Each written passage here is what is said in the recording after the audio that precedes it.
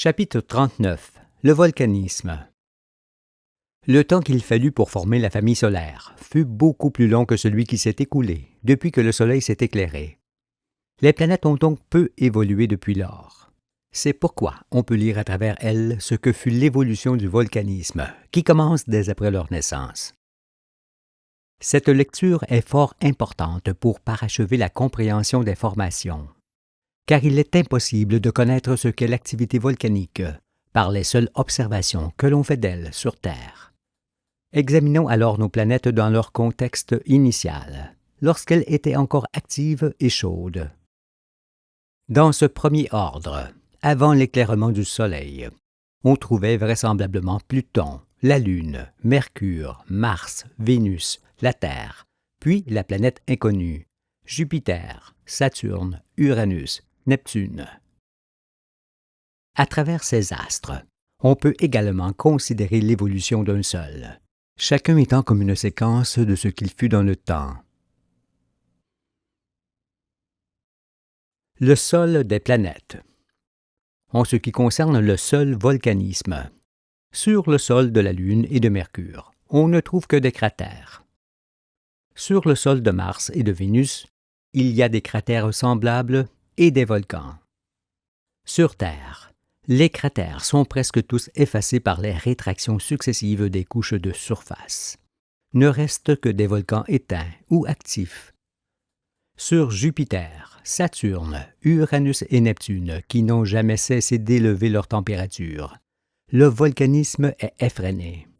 Le gigantisme de leur atmosphère le prouve formellement. Ces observations nous obligent à déduire que le volcanisme, qui est l'éruption des gaz, suivie ou non du magma, prend des aspects différents selon la période d'évolution dans laquelle se trouve l'astre. On note également que, parmi toutes les planètes du Soleil, la Terre est vraisemblablement celle qui a le manteau le plus épais. En effet, la température interne des planétoiles est devenue trop élevée pour augmenter l'épaisseur des matières qui composent leur manteau. Cette température, fort élevée, tend au contraire à transformer ces matières en gaz et à diminuer ainsi l'épaisseur de leur manteau. Sur Terre, cela est différent, parce que la chaleur interne, moins élevée, permet toujours la production des matières du manteau. Cela signifie que jusqu'à elle, le volcanisme est une chose, et qu'après elle, du côté des planétoiles, il en est une autre et beaucoup plus intense. Les éléments du volcanisme. Commençons donc l'étude du volcanisme par la formation des cratères. Après quoi, nous saurons ce qu'il en est sur notre Terre. Rappelons d'abord qu'avant l'éclairement du Soleil, tous les astres étaient plus ou moins actifs. Ils avaient du magma en conséquence et étaient tous pourvus d'une atmosphère formée par les éruptions de gaz. Comme cela a été expliqué, le manteau du satellite se développe progressivement dès après la naissance du noyau. D'abord mince, il s'épaissit dans le temps, et tant qu'il est chaud et souple, il suit aisément la croissance du noyau. Seule sa surface exposée au froid est pourvue d'une mince croûte qui se craquelle en laissant apparaître des failles. Or, quelle que soit l'épaisseur et la consistance du manteau, les gaz produits dans le magma augmentent en pression et sortent à la surface d'une façon ou d'une autre en laissant leur empreinte. C'est ce qui commence le volcanisme. La production des gaz et leur éruption sont donc une affaire d'ébullition. Et il suffit d'observer la Lune pour que cela nous apparaisse. Toutefois, ces ébullitions sont à la mesure de l'astre, c'est-à-dire extrêmement lentes à nos yeux. Cela fut également pour Mercure et pour tous les astres, lorsqu'ils étaient petits et près du Soleil, où ils se développaient rapidement. Sur la Lune donc, on note qu'il y a de très grands cirques, appelés mers, qui ont des bords peu élevés. Des cirques moins grands et parfois pourvus d'un piton central, et des plus petits, dépourvus de ces pitons. On constate également que le fond des cirques est bien souvent recouvert de lave solidifiée, et qu'il existe aussi des multitudes de trous de toute taille faits dans la poussière. Nous allons étudier ces formations, ainsi que les périodes de la vie des satellites dans lesquelles tout cela s'est produit. La souplesse et la légèreté du manteau des petits satellites opposent parfois au gaz davantage de difficultés pour sortir que la mince croûte de surface qui, remplie de craquelures, les laisse passer plus volontiers. Les poches qui se forment et qui laissent leur empreinte après leur affaissement ou leur éclatement sont consécutives à une lente accumulation des gaz sous les couches du manteau. À quoi comparer cela? Si l'on posait une couverture étanche sur toute la surface d'un petit marais, duquel remonteraient des gaz, ces gaz se localiseraient progressivement sous la couverture en formant de petits renflements arrondis. En supposant qu'on laisse longtemps cette couverture sur ce marais, ces poches finiraient par fusionner en une seule et immense. C'est pour cela qu'il y a des petits, des moyens et des grands cratères, mais aussi des très grands, lorsque les poches arrivent à s'unir sous le mince et léger manteau des satellites, au contact même du magma. Autre exemple.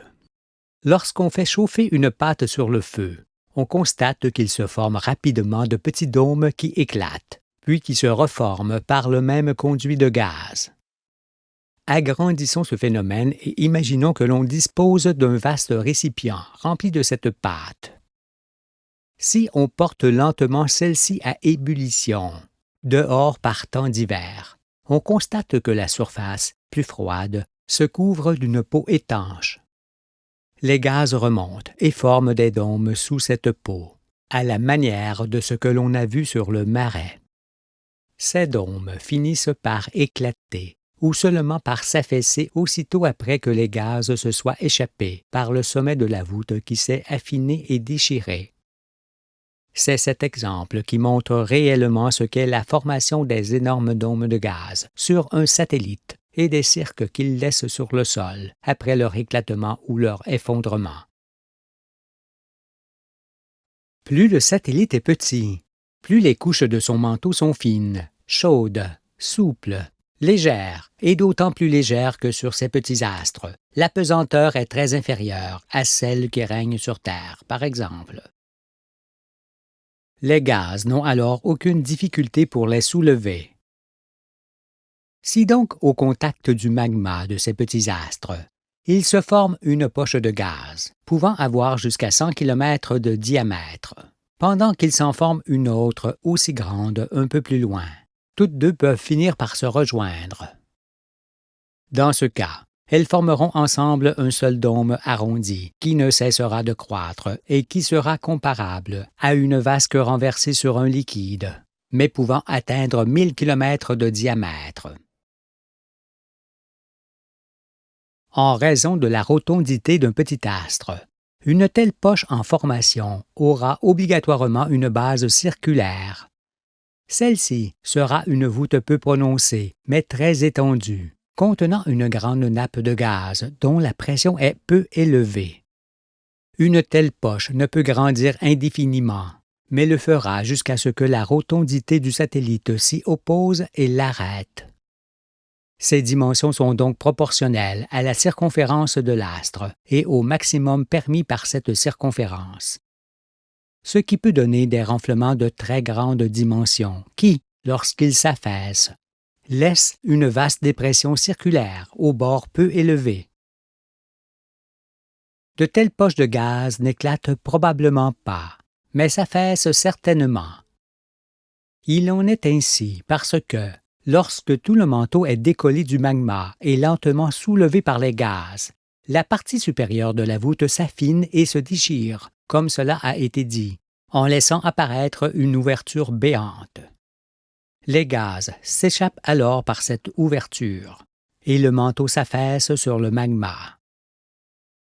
Dès après cet affaissement, la lave s'engouffre dans l'ouverture et se répand sur le fond du cirque, puis se solidifie. C'est ce que l'on observe sur la Lune. Par la suite, quelques cratères beaucoup plus petits pourront se former dans ces grandes dépressions que l'on appelle mers.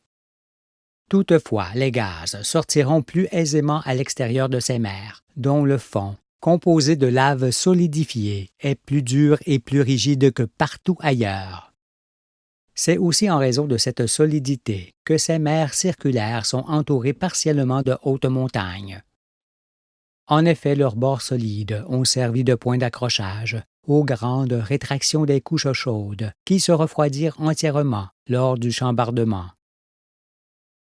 Voilà ce que sont les mers circulaires que l'on observe aujourd'hui sur la Lune, et les satellites de même génération. Les grands cirques de la Lune, qui se sont formés lors de la période où elle était très chaude, ne peuvent avoir le même aspect que les cirques plus petits, apparus plus tard. Cela parce qu'en grandissant, son manteau s'est épaissi, alourdi et affermi d'autant. Il était donc moins chaud dans son ensemble, et les couches supérieures devinrent plus fermes sur une plus grande profondeur. Il s'agit d'une nouvelle forme du volcanisme, car les gaz ne peuvent plus faire éruption aussi aisément. Ils vont en effet se concentrer plus longuement sous ces couches, qui résistent davantage. Pour former un dôme de 100 km de diamètre, par exemple, il leur faudra peut-être le double de temps que celui qu'il leur fallut pour le former quand l'astre était plus petit et plus chaud.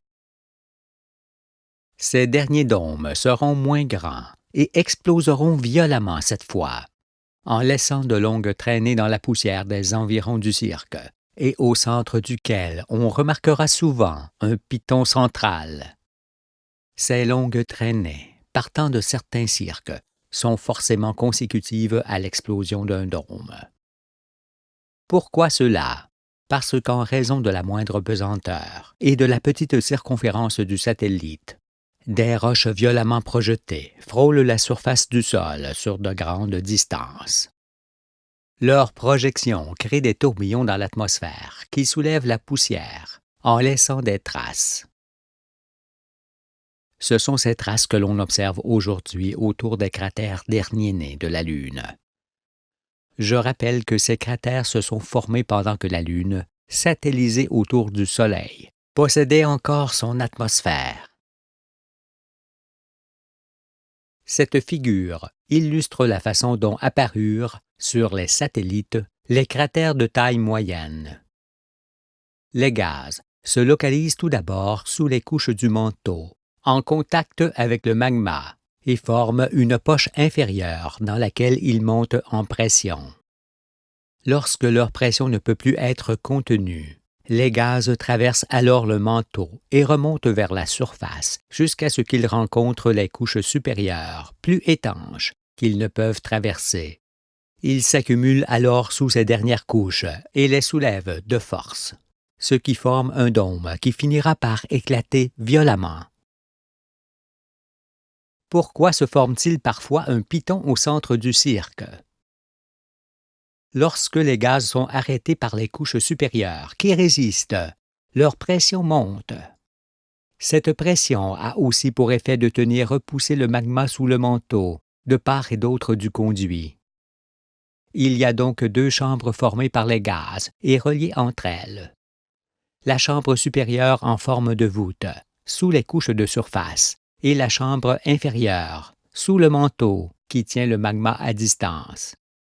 On comprend ainsi que, dès après l'explosion de la chambre supérieure, le magma, repoussé jusque-là, se précipite dans le conduit et inonde le cirque en pouvant le faire déborder. Mais lorsque la remontée de lave s'est évanouie, cette lave encore fluide tend à redescendre par le conduit, et c'est à cet instant où elle est moins fluide qu'elle forme un piton au-dessus du conduit qu'elle obstrue. Que ce piton central se produise ou qu'il ne se produise pas, le conduit se bouche forcément. Mais bien souvent ce conduit demeure en profondeur, ainsi que la chambre inférieure qui collecte les gaz. Dans ce cas, ces gaz s'accumuleront à nouveau dans la chambre et le conduit, et recommenceront le même processus dans le temps. Ils emprunteront le passage existant, se localiseront encore à la surface et formeront un cirque plus petit dans le précédent. Ces répétitions de la formation de cirques, les uns dans les autres, engendrent ce que l'on appelle les cratères à gradins, pourvus ou non d'un piton central. Ces gradins sont les bords des dômes qui ont successivement éclaté. Ces éclatements sont la principale cause de la poussière abondante de la Lune. Ils sont aussi l'origine de beaucoup de trous, faits dans cette poussière par les roches issues de cet éclatement, qui sont retombées en grand nombre. En raison de la moindre pesanteur qui règne sur les satellites, un tiers de la matière d'un dôme qui explose peut être projeté dans l'espace. Un autre tiers peut se mettre en orbite, puis retomber çà et là sur le sol, après que le troisième tiers, formé par les plus gros corps, soit déjà tombé, ce qui formera des petits cratères durant quelque temps, évidemment dépourvus d'un piton, parce que les corps qui tombent ne peuvent entrer en contact avec le magma. Ainsi, grâce à l'activité électromagnétique des astres, nous connaissons désormais l'origine des cratères de toutes dimensions, ainsi que les périodes de la vie des astres dans lesquelles ils apparurent. Sur la Lune, ils se sont formés avant qu'elle ne soit interceptée par la Terre, et, sur Mars ou Mercure, avant qu'ils ne se soient refroidis dans toute leur épaisseur. Les cratères étant le premier aspect du volcanisme, il convient de ne plus croire qu'ils sont dus à des chutes intenses de météorites, comme l'enseignent ceux qui prennent toujours les conséquences pour les causes. Nous venons de voir que le satellite produit lui-même les corps qui criblent son sol. Quelques météorites venant d'ailleurs peuvent faire partie du nombre, mais cela est insignifiant. Non, les grands cratères ayant des bords réguliers et un fond plat recouvert de lave solidifiée sont toujours la marque des éruptions de gaz. Pour que ce soit les météorites qui aient formé les astres et sur ceux-ci les cratères que l'on observe, il aurait fallu qu'elles aient existé dans l'espace en quantité qui dépasse l'entendement, et ensuite qu'elles soient toutes tombées concentriquement sur un seul point qui les aurait attirées irrésistiblement. Qu'aurait donc été ce point, et quelle aurait été sa composition pour avoir un tel pouvoir? D'autre part, sur un sol dur, une météorite ne peut pas faire des cirques ayant des bords réguliers et d'égale profondeur si elle ne tombe point verticalement, concentriquement, mais un trou en billet seulement. Si l'on dit qu'elles sont tombées sur un sol pâteux, cela est semblable. Par ailleurs, pour former des cirques de plusieurs centaines de kilomètres de diamètre, il aurait fallu que ces météorites soient gigantesques. Or, de tels corps solides, arrivant plus vite que l'éclair, auraient forcément chassé les satellites de l'astre auxquels ils appartenaient. Cessez donc de croire que les météorites ou les comètes ont formé les astres et les cratères de ces astres, cela étant sans fondement et l'inversion de la réalité.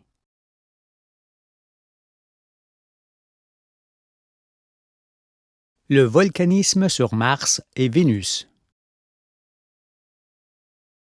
Arrêtons-nous maintenant sur Mars et Vénus, plus grosses, mais qui furent en d'autres temps comparables aux satellites que nous venons d'étudier.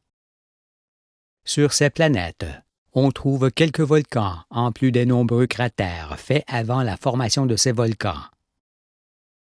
Du fait que le manteau augmente d'épaisseur et de poids au fur et à mesure que l'astre se développe, les couches extérieures s'isolent toujours plus de la chaleur interne et se fendillent.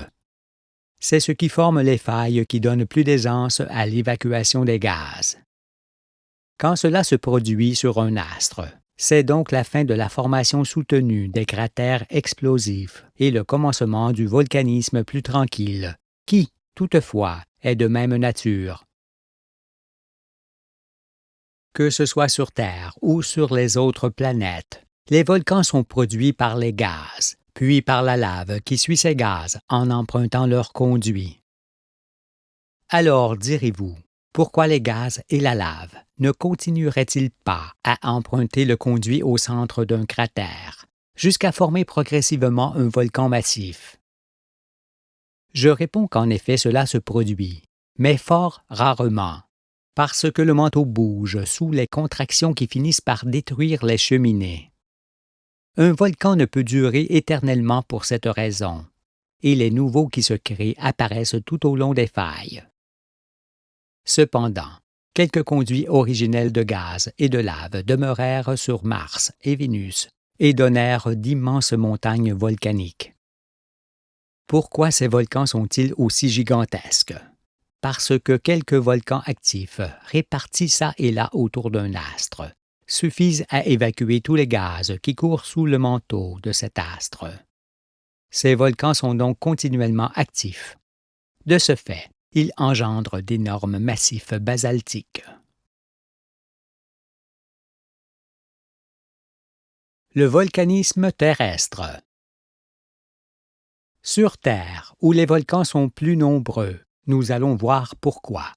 Il ne peut y avoir d'immenses volcans, car leur nombre fort élevé empêche leur croissance. Par ailleurs, et contrairement à ce qu'affirment les savants, ce n'est point la chaleur du noyau qui fait remonter la lave jusqu'à la surface du sol. Non, ce qui la fait remonter, c'est la pression qui s'exerce sur cette lave, à la fois par le poids de l'eau, par le poids des continents et par les gaz qui s'accumulent dans des poches, jusqu'à ce qu'il se crée des voies de sortie, de préférence le long des dorsales. Et dans leur ascension, ils entraînent la lave. Mais si le manteau de la Terre avait près de 3000 km d'épaisseur, comme le soutiennent les géologues, pensez-vous que la lave pourrait remonter en rideau sur des milliers de kilomètres de longueur pour former les longues dorsales au fond de la mer? Par ailleurs, cette lave pourrait-elle rester fluide jusqu'à la surface? Pour qu'elle reste fluide sur une telle distance, il faudrait qu'elle remonte 100 fois plus vite que l'éclair. Tel n'est pas le cas. Après les éruptions des gaz et lorsque les pressions ou les dépressions se sont évanouies, la lave finit par s'écouler lentement sur le sol, puis diminue encore jusqu'à s'arrêter ou ne former qu'un lac dans la bouche d'un volcan. Un tel lac peut alors fort bien demeurer, parce que le mince manteau permet à la chaleur du noyau de se faire sentir durablement jusqu'à la surface du sol. Le lac de lave est donc un témoignage de plus que le manteau terrestre ne peut excéder 30 km. Sinon la lave ne pourrait demeurer fluide en surface. Si elle se solidifie par la suite et obstrue la cheminée, alors le long processus volcanique recommence. C'est pour cela qu'il faut toujours considérer un volcan récent et éteint comme un volcan dont les gaz se préparent à faire une nouvelle éruption.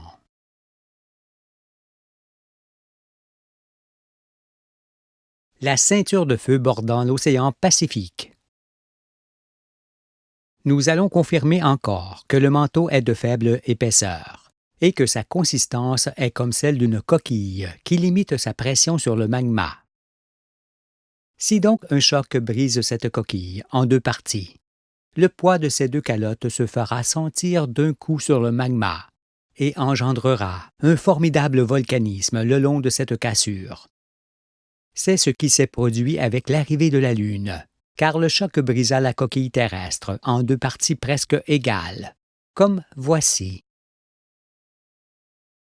En nous munissant d'un petit globe terrestre et d'un atlas sur lequel figurent les volcans qui furent actifs dans les temps historiques, nous constatons en premier que l'océan Pacifique recouvre quasiment la moitié du globe et qu'il est entouré d'une ceinture de volcans anciens, parmi lesquels beaucoup sont toujours actifs. Pourquoi cet alignement de volcans fait-il le tour du globe? Si ce n'est parce que ces volcans apparurent sur une ligne de fracture qui découpa la coquille terrestre en deux parties. La figure montre clairement ce qui s'est produit avec la Lune qui heurta la Terre fer contre fer. On note que le choc fit faire un bond en avant à la Terre, ce qui a suffi à fracturer le manteau, car la partie avant de celui-ci fut poussée par le noyau, tandis qu'en raison de l'inertie, la partie arrière eut tendance à rester sur place. Il y eut donc une tension extrême qui fit céder la croûte, comme la figure le montre. Cette faille, immense et continue, qui s'est probablement ouverte jusqu'au noyau, n'est pas à confondre avec les failles moins profondes dues aux rétractions. Car ici, dès après le choc, c'est quasiment tous les gaz et tout le magma de la Terre qui se sont engouffrés dans cette fracture, en formant ainsi une ceinture de feu autour du bassin Pacifique. Mais ce choc, qui s'est produit en fin du secondaire, nous montre également que les immenses chaînes volcaniques qui en résultèrent furent fortement refroidies et saisies par la dernière époque glaciaire. Ce qui engendra les magnifiques montagnes que l'on observe le long de la ligne de fracture, ainsi que les alignements de petites ou de longues îles que l'on observe du côté occidental du bassin. Ici, j'attire votre attention, car si le manteau n'avait point la petite épaisseur que nous avons évoquée, mais 3000 kilomètres comme l'apprennent les enfants, les gaz qui remontent du magma ne feraient aucune différence entre les failles, comparables à des crevasses, et le reste du manteau. Ils sortiraient n'importe où et ne pourraient constituer aucun alignement de volcan, et encore moins celui qui fait le tour du globe. Car en posant le doigt sur cette ligne volcanique qui borde le bassin Pacifique, on fait le tour de la Terre sans lever le doigt. En effet, en partant des îles Aléoutiennes, par exemple, on voit que cette ligne se poursuit le long des montagnes rocheuses, passe par l'Amérique centrale, puis le long de la cordillère des Andes jusqu'en Terre de Feu, rejoint la péninsule antarctique, continue jusqu'au mont Erebus, puis remonte tout au long du côté occidental du bassin, qui s'est davantage fragmenté, et rejoint les îles Aléoutiennes. C'est pourquoi je vous le dis, tous ces volcans qui forment une ceinture aussi évidente autour du bassin ne sont pas mis là pour se rafraîchir les pieds, mais parce qu'ils apparurent ensemble le long de cette gigantesque faille, ne pouvant s'être produite que par un formidable choc avec un autre astre. Soyez-en convaincus.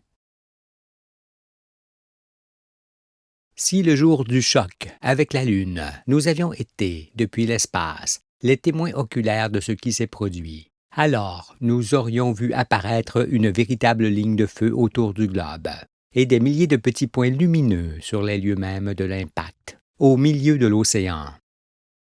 Ces points lumineux étaient, eux aussi, dus à des remontées rapides de lave. Sans alignement cette fois, ils devinrent autant de volcans d'abord et de petites îles ensuite qui peuplent aujourd'hui l'océan Pacifique. Un continent fut donc englouti à la fois par l'écrasement, le labour, l'effet de meule et les ondes de choc que le contact de la Lune provoqua. Cela est certain, car il est impossible que les rétractions du sol n'aient pu donner naissance à un continent sur la moitié du globe. Jusqu'à la fin du secondaire, il y avait donc un continent à cet endroit. Les petites îles parsemées çà et là, sans ordre, sont les résurgences de ce continent et le témoignage de son existence antérieure. Aujourd'hui, montrés par les chaînes montagneuses, ainsi que par les chapelets d'îles et la ceinture de feu qui borde le bassin Pacifique, cette immense ligne de fracture est la preuve évidente que la Lune fut bien interceptée par la Terre et que les épaisseurs du manteau terrestre et de la Lune sont bien celles que j'ai expliquées. Sinon, cette ligne de fracture ne pourrait exister. Sur Mars, cela est identique, car, en raison du choc avec la planète inconnue, la croûte de Mars se fractura, et la faille atteint probablement en profondeur le noyau de cet astre. Pour les mêmes raisons, on doit aussi trouver de petites failles sur la Lune et des plissements faits par compression. Ces failles et plissements doivent traverser les cirques et même fracturer des chaînes montagneuses. Cependant, sur la Lune, les choses furent un peu différentes. D'une part parce que l'épaisseur de son manteau, devenu entièrement croûte, est nettement inférieure à celle du manteau terrestre.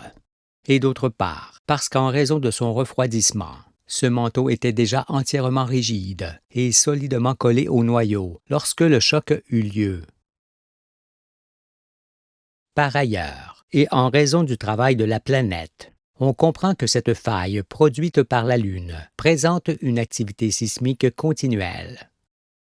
Car, lorsque les volcans qui la parsèment sont momentanément interrompus, la pression des gaz qui s'accumulent à nouveau engendre des chambres, des cavités, qui finissent par faire céder les couches des alentours. Et la Terre tremble. Si l'on ajoute à cela la continuelle ouverture des fosses marines qui bordent ce bassin, nul ne peut être étonné de la fréquente séismicité de ces régions du globe. Mais en vérité, ce ne sont que de minuscules phénomènes à l'échelle de la Terre. Le choc provoqué par la Lune explique aussi l'origine de l'orbite excentrée de la Lune autour de la Terre et l'orbite excentrée de la Terre autour du Soleil. Il explique également le fait qu'il n'y ait pas de continent dans le bassin Pacifique et pourquoi les êtres de la fin du secondaire ont soudainement disparu. Pouvez-vous aussi imaginer ce qui a dû se produire aux antipodes du choc, qui semble être le Sahara? S'il y avait des montagnes, celles-ci s'aplatirent par compression. Aucune vie n'a donc pu résister à un tel choc.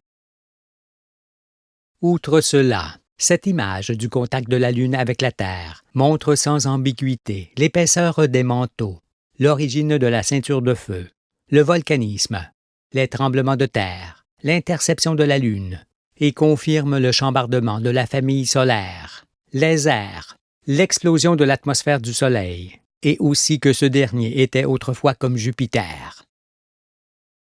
En vérité, c'est tout l'enseignement du Fils de l'homme qui se confirme au fur et à mesure des explications, parce que vous allez d'évidence en évidence, qui vous ouvre les yeux. Plus rien ne peut vous échapper et personne ne peut plus vous tromper, car vous voyez les choses célestes dans leur ensemble ou dans leurs détails, comme vous le désirez.